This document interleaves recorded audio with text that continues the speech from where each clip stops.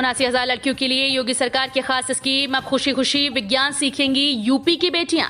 UP में सामाजिक और आर्थिक रूप से कमजोर वर्गों के लिए स्कूल की आवासीय श्रृंखला कस्तूरबा गांधी बालिका विद्यालय में नामांकित लड़कियां अब खेल कहानियों और क्यूरोसिटी बॉक्स के माध्यम से विज्ञान सीखेंगी। उत्तर प्रदेश सरकार ने भारतीय प्रौद्योगिकी संस्थान गांधीनगर के साथ मिलकर प्रयोगात्मक तरीके से विज्ञान पढ़ाने के लिए जिज्ञासा कार्यक्रम शुरू किया है।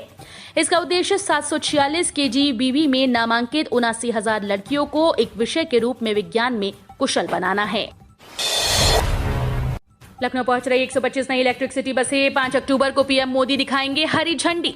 राजधानी लखनऊ में 125 नई इलेक्ट्रिक सिटी बसें पहुंच रही हैं। 5 अक्टूबर को प्रधानमंत्री नरेंद्र मोदी इसे हरी झंडी दिखाकर रवाना करेंगे। नगरीय परिवहन निदेशालय की पब्लिक प्राइवेट पार्टनरशिप मॉडल वाली 25 बसों की पहली खेप का लखनऊ के 10 रूट्स पर संचालन होगा। इन सिटी बसों के चालक निजी कंपनी और परिचालक व electronic ticket machine city transport company की होगी। हरियाणा की PMI electro mobility solutions company इन बसों का संचालन करेगी। कोरोना काल में महामारी एक्ट में दर्ज मुकदमे होंगे वापस, योगी सरकार का बड़ा फैसला। उत्तर प्रदेश के सीएम योगी आदित्यनाथ ने कोरोना काल में महामारी एक्ट में दर्ज मुकदमे वापस लेने का फैसला किया है। सीएम योगी ने कहा कि व्यापक जनहित को ध्यान में रखते हुए कोविड महामारी एक्ट के उल्लंघन से जुड़े दर्ज मुकदमों को समाप्त किया जाना चाहिए। गृह विभाग द्वारा इस संबंध में आवश्यक कार्रवाई की जाए। मुख्यमंत्री योगी ने कहा कि कल्याणकारी सरकार और सुशासन की धुरी थाना और तहसील है। नए नायब तहसीलदारों के आने से जनसुनवाई को गति मिलेगी। पैरामेडिकल पाठ्यक्रमों की परीक्षा का कार्यक्रम फिर जारी। 11 अक्टूबर से एग्जाम। प्रदेश के पैरामेडिकल कॉलेजेस में शैक्षिक सत्र की गाड़ी पटरी से उतर गई है। लंबी जद्दोजहद के बाद KGMU समेत प्रदेश के दूसरे पैरामेडिकल कॉलेजेस का परीक्षा कार्यक्रम घोषित किया गया। 2 बार परीक्षा कार्यक्रम रद्द किया जा चुका है। अब Uttar Pradesh state medical faculty ने नया परीक्षा कार्यक्रम जारी कर दिया है। परीक्षा 11 से 16 अक्टूबर के बीच प्रस्तावित है। प्रदेश में 19 सरकारी कॉलेजेस में 3,186 छात्र छात्राएं nursing, x ray, lab technician, radiotherapy समेत दूसरे पैरामेडिकल कोर्स में दाखिला लेते हैं। यूपी की 64,000 हेक्टेयर जमीन माफिया से मुक्त कराई। मुख्यमंत्री योगी आदित्यनाथ ने कहा कि पूर्व की सरकारें भूमाफिया को प्रश्रय देकर जमीनों पर कब्जा करती थीं। जब से प्रदेश में भाजपा की सरकार बनी है, एंटी भूमाफिया सेल बनाकर ऐसे लोगों से अब तक 64,000 हेक्टेयर भूमि को कब्जा मुक्त कराया जा चुका है। इतना ही नहीं, गरीबों सरकारी भूमि पर कब्जा कर बनी हवेलियों पर भी बुलडोजर चलवाने में संकोच नहीं किया। मुख्यमंत्री रविवार को सिद्धार्थनगर के डुमरियागंज में 524.07 करोड़ की परियोजनाओं के लोकार्पण शिलान्यास के बाद जनसभा को संबोधित कर रहे थे। सीएम योगी ने सिद्धार्थनगर को दी सौगातें। 300 परियोजनाओं का किया लोकार्पण व शिलान्यास। उत्तर प्रदेश के मुख्यमंत्री योगी आदित्यनाथ ने 524.07 करोड़ की लागत से 300 परियोजनाओं का लोकार्पण और शिलान्यास करते हुए कहा कि भारतीय जनता पार्टी सरकार में ही राम मंदिर का भव्य निर्माण हो रहा है। मुख्यमंत्री रविवार को जिले के डुमरियागंज स्थित कन्या इंटर कॉलेज परिसर में 524.07 करोड़ की लागत से 300 परियोजनाओं का लोकार्पण और शिलान्यास करने के बाद जनसभा को संबोधित कर रहे थे। किसानों को सोलर पैनल पर 90% की सब्सिडी। उत्तर प्रदेश सरकार ने हाल ही में राज्य के नागरिकों के लिए रूफटॉप सोलर पैनल सब्सिडी योजना शुरू की। इस योजना को शुरू करने का उद्देश्य हरित ऊर्जा को बढ़ावा देना और गरीब लोगों से बिजली बिल के अतिरिक्त बोझ को कम करना है। अगर आप अपने घरों में रूफटॉप सोलर पैनल लगाने के इच्छुक हैं तो आप इसके लिए आसानी से ऑनलाइन आवेदन कर सकते हैं। आज के लेख में हम आपको UP rooftop solar panel subsidy योजना 2021 यानी पात्रता मानदंड, आवश्यक दस्तावेज, ऑनलाइन आवेदन, पंजीकरण प्रक्रिया आदि का पूरा विवरण देंगे। फर्जीवाड़ा रोकने के लिए सरकार का बड़ा कदम। अब ऐसा करने वालों को नहीं मिलेगी छात्रवृत्ति। उत्तर प्रदेश सरकार से स्कॉलरशिप लेने 55 लाख छात्रों के लिए जरूरी खबर है। स्कॉलरशिप के नाम पर फर्जीवाड़ा ना हो पाए, इसलिए प्रदेश की योगी सरकार ने बड़ा कदम उठाया है। जहां गरीब छात्र छात्राओं को छात्रवृत्ति देने के नियमों को शिथिल किया, वहीं इसमें फर्जीवाड़ा रोकने के लिए कई ठोस कदम उठाए गए हैं। मीडिया रिपोर्ट्स की माने तो समाज कल्याण विभाग NIC के माध्यम से ऐसा सॉफ्टवेयर विकसित कर रहा है जिसमें प्रमाण पत्रों का लाइव मिलान हो सकेगा। शादीशुदा बेटी आश्रित कोटे में नियुक्ति पाने की हकदार नहीं। इलाहाबाद हाईकोर्ट ने एक महत्वपूर्ण फैसले में कहा कि विवाहिता पुत्री मृतक आश्रित कोटे में नियुक्ति पाने की हकदार नहीं है। कोर्ट ने इसके 3 कारण बताए। पहला ये कि शिक्षण संस्थाओं के लिए बने रेगुलेशन 1995 के तहत विवाहिता पुत्री परिवार में शामिल नहीं है। दूसरा, आश्रित कोटे में नियुक्ति की मांग अधिकार के रूप में नहीं की जा सकती। तीसरा ये कि कानून और परंपरा दोनों के अनुसार विवाहिता पुत्री अपने पति की आश्रित होती है, पिता की नहीं। एक और पार्टी यूपी चुनाव में करेगी अखिलेश यादव का समर्थन। समाजवादी पार्टी के राष्ट्रीय अध्यक्ष अखिलेश यादव से वेलफेयर पार्टी ऑफ इंडिया के राष्ट्रीय अध्यक्ष डॉक्टर QR इलियास ने अपने संगठन के अन्य पदाधिकारियों के साथ भेंट की। इस दौरान दोनों के बीच सन 2022 के चुनावों की रणनीति पर परस्पर चर्चा हुई। वेलफेयर पार्टी ऑफ इंडिया चुनाव में समाजवादी पार्टी के पक्ष में प्रचार करेगी और बहुमत में जीत के साथ अखिलेश को मुख्यमंत्री बनाने में जुटेगी। वेलफेयर पार्टी ऑफ इंडिया के राष्ट्रीय अध्यक्ष के साथ ए सुब्रमणी भी थे। अखिलेश ने कहा कि लोकतंत्र पर संकट है। इंटर व स्नातक के छात्रों को नौकरी के लिए तैयार करेगा सेवायोजन विभाग। रजिस्ट्रेशन के साथ होगी काउंसलिंग। युवाओं के अंदर पढ़ाई के साथ करियर को लेकर असमंजस की स्थिति बनी रहती है। स्कूली शिक्षा से लेकर कॉलेज स्तर तक के ऐसे विद्यार्थियों को करियर की समुचित जानकारी मिल सके, इसके लिए सेवायोजन विभाग की ओर से नई पहल शुरू हो रही है। सभी संस्थानों में करियर काउंसलिंग के साथ ही उनका पंजीयन भी सेवायोजन कार्यालय में कराया जाएगा। सेवायोजन विभाग की ओर से लखनऊ विश्वविद्यालय से संबद्ध सभी महाविद्यालय और डॉक्टर APJ अब्दुल कलाम विश्वविद्यालय से संबद्ध सभी कॉलेजेस को भेजे गए पत्र में सेवायोजन कार्यालय के पोर्टल पर पंजीयन के साथ की करियर काउंसलिंग कराने के लिए कहा गया है। अयोध्या में 5 अक्टूबर से शुरू होगी रामलीला। दूरदर्शन पर होगा प्रसारण।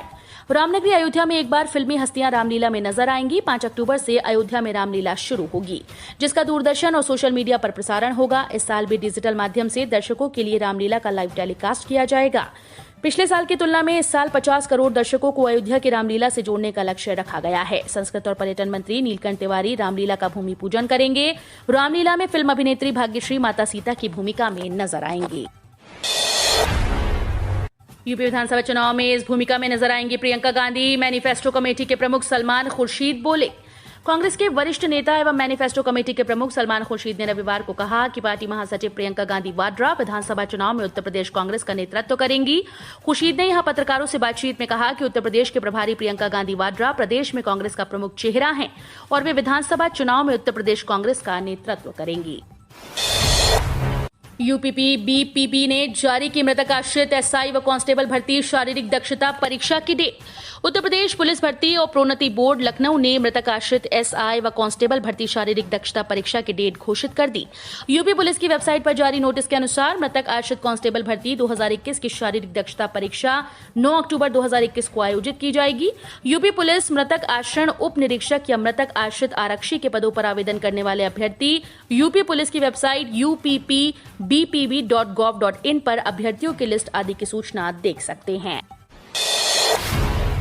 चाणक्य के विचार से यूपी की सत्ता पर कब्जा करेगी आम आदमी पार्टी अब चाणक्य के विचार को आगे बढ़ाएगी। आम लोगों के बीच चाणक्य के विचारों को पहुंचाएगी। इस विचार से यूपी की सत्ता पर काबिज होने के लिए आम आदमी पार्टी आम जनता के बीच जाएगी, वर्तमान सरकार की नाकामी को गिनाएगी। आम आदमी पार्टी 2022 में विधानसभा चुनाव में सरकार बनाएगी। उक्त बातें चाणक्य विचार सम्मेलन को संबोधित करते हुए मुख्य अतिथि प्रदेश अध्यक्ष सभाजीत सिंह ने कही। वहीं राज्यसभा सांसद संजय सिंह ने चाणक्य विचार सम्मेलन को संबोधित करते हुए कहा कि चाणक्य के विचार से ही देश में पहली सरकार बनी थी। भाजपाई न गाड़ी से चल पाएंगे और न उतर पाएंगे। लखीमपुर की घटना पर अखिलेश शाख बबूला। यूपी के लखीमपुर खीरी में डिप्टी सीएम केशव प्रसाद मौर्य के वहां पहुंचने से पहले ही रविवार बड़ा बवाल हो गया। लखीमपुर खीरी में तिकुनिया के पास किसान केशव प्रसाद मौर्य को काले झंडे दिखाने के लिए खड़े हो गए। इस दौरान बीजेपी कार्यकर्ता और किसानों के बीच बवाल शुरू हो गया और देखते ही देखते ये हिंसक हो गया। आरोप है कि इस दौरान किसानों पर गाड़ी चढ़ा दी गई। वहीं गुस्साए किसानों ने गाड़ियों में आग लगा दी। इस पूरे मामले पर यूपी के पूर्व सीएम अखिलेश यादव ने सरकार पर हमला बोला। उन्होंने कहा कि कृषि कानूनों का शांतिपूर्ण विरोध कर रहे किसानों को भाजपा सरकार के गृह राज्य मंत्री के पुत्र के द्वारा गाड़ी से रौंदना घोर अमानवीय और क्रूर कृत्य है। कंपनी से 15,000 हाई सिक्योरिटी नंबर प्लेट चोरी, मचा हड़कंप। अभी तक आपने गाड़ी चोरी के मामले बहुत सुने होंगे, लेकिन गाजियाबाद जिले में गाड़ियों के नंबर प्लेट चोरी होने का बड़ा मामला सामने आया। नंबर प्लेट भी 1 या 2 नहीं बल्कि पूरी 15,000 नंबर प्लेट चोरी हुई। और बड़ी बात यह है कि चोरी हुई सभी number plate high security number plate हैं। बता दें कि सरकार ने गाड़ियों की चोरियां कम करने और हाई सिक्योरिटी नंबर प्लेट लगी हुई गाड़ियों से अपराधों में कमी लाने के लिए HSRP योजना लागू की है, लेकिन नंबर प्लेट को बनाने वाली कंपनी के ऑफिस से ही बड़ी संख्या में चोरी हुई है। लखीमपुर को 117 करोड़ की सौगात दी गई। डिप्टी सीएम केशव प्रसाद मौर्य किसान आंदोलन के लिए कही ये बात। यूपी के उप मुख्यमंत्री केशव प्रसाद मौर्य रविवार को खीरी पहुंचे। यहां उन्होंने 117 करोड़ रुपए की 165 परियोजनाओं का लोकार्पण और शिलान्यास किया। लखीमपुर खीरी को योजनाओं की सौगात देते समय डिप्टी सीएम केशव प्रसाद मौर्य ने विपक्ष को आड़े हाथों लिया। 10 महीने से हो रहे किसान आंदोलन को लेकर उन्होंने कहा कि किसान हमारे अपने हैं, बैरी नहीं। वो किसानों के बीच जा रहे हैं, किसानों की जो समस्याएं होंगी उसे सुनेंगे। हालांकि उप मुख्यमंत्री ने चलते चलते ये भी कह दिया कि देश में में कोई किसान आंदोलन नहीं चल रहा, चुनाव आंदोलन चल रहा है। यूपी के 66 जिलों में कोरोना का कोई नया केस नहीं, 7 मरीज किए गए डिस्चार्ज। यूपी में पिछले 24 घंटे के दौरान कोविड-19 संक्रमित 13 नए मामलों की पहचान की गई। मुख्यमंत्री योगी आदित्यनाथ ने रविवार को कोविड-19 प्रबंधन के लिए गठित टीम 9 की बैठक में कहा कि आज 31 जिलों में कोरोना का एक भी एक्टिव केस नहीं है, जबकि 21 जिले में एक एक्टिव केस शेष है। पिछले 24 घंटे में हुई 1,73,377 सैंपल की टेस्टिंग में 66 जिलों में संक्रमण का एक भी नया केस नहीं पाया गया। कुल 13 नए संक्रमित मरीज पाए गए, 7 मरीज स्वस्थ होकर डिस्चार्ज हुए। बीजेपी प्रदेश प्रवक्ता राकेश त्रिपाठी ने अखिलेश यादव को घेरा, कहा वे 2017 में ही पस्त हो चुके हैं। आगामी विधानसभा चुनाव की पृष्ठभूमि तैयार करने के लिए बीजेपी ने जिलों में जमीनी कार्यकर्ताओं के साथ बैठक व कार्यशाला शुरू कर दी। उसी क्रम में रायबरेली पहुंचे बीजेपी प्रदेश प्रवक्ता राकेश त्रिपाठी ने कार्यशाला में भाग लिया। राकेश ने कार्यशाला में तो चुनावी मंत्र दिया ही, साथ ही अखिलेश यादव पर तंज कसते हुए कहा कि वे 2017 में ही पस्त हो चुके थे, तभी उन्होंने कांग्रेस का दामन थामा। किसान क्रेडिट कार्ड योजना में किसानों को मिलेगा 4% की ब्याज दर से 2 लाख रुपए का लोन, जल्दी करें आवेदन। किसान क्रेडिट कार्ड के तहत किसानों को बिना किसी गारंटी के 4% ब्याज दर पर ऋण प्रदान किया जाएगा। अगर आप भी किसान क्रेडिट कार्ड योजना के तहत क्रेडिट कार्ड प्राप्त करना चाहते हैं तो आपको आधिकारिक वेबसाइट पर जाकर आवेदन करना होगा। जैसे कि आप सभी जानते हैं कि केसीसी योजना किसानों को आर्थिक सहायता प्रदान करने के लिए शुरू की गई। इस योजना के माध्यम से किसान 2 लाख तक का ऋण प्राप्त कर सकते हैं। अब नया सिम नहीं खरीद सकेंगे कस्टमर्स।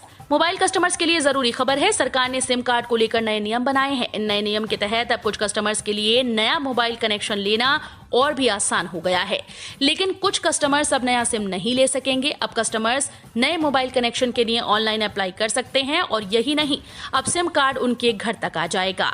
अब सरकार ने नियम के अनुसार अब कंपनी 18 साल से कम के कस्टमर्स को नया सिम नहीं बेच सकेगी। वहीं दूसरी तरफ 18 साल के ऊपर के कस्टमर अपने नए सिम के लिए आधार या डिजी लॉकर में स्टोर्ड किसी भी डॉक्यूमेंट से खुद को वेरीफाई कर सकते हैं। 72 थर्मल संयंत्रों के पास सिर्फ 3 दिन का कोयला, देश में बन सकते हैं चीन जैसे हालात।